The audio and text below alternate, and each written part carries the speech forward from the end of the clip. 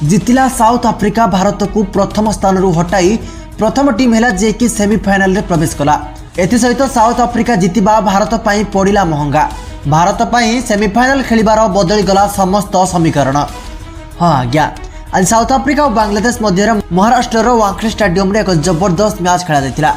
जो मैच को south Africa Bangladesh ठारू 149 रन व्यवधान रे जीति क्रिकेट जगत रे एक बड़ रेकर्ड सृष्टि करिछि।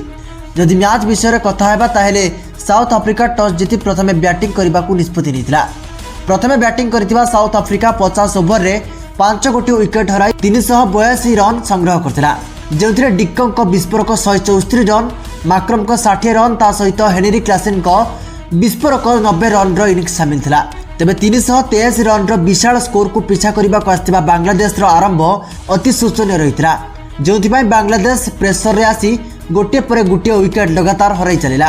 किंतु बांग्लादेश पक्षरु मोहम्मदुल्लाह शेष पर्यंत लड़ी 111 रन रो शतकीय इनिंग्स खेली आउट हो जाइतिले। जोंथिबाई बांग्लादेश 46.4 बॉल रे मात्र 233 रन रे मैच को अति सहज रे हारी जाइछि।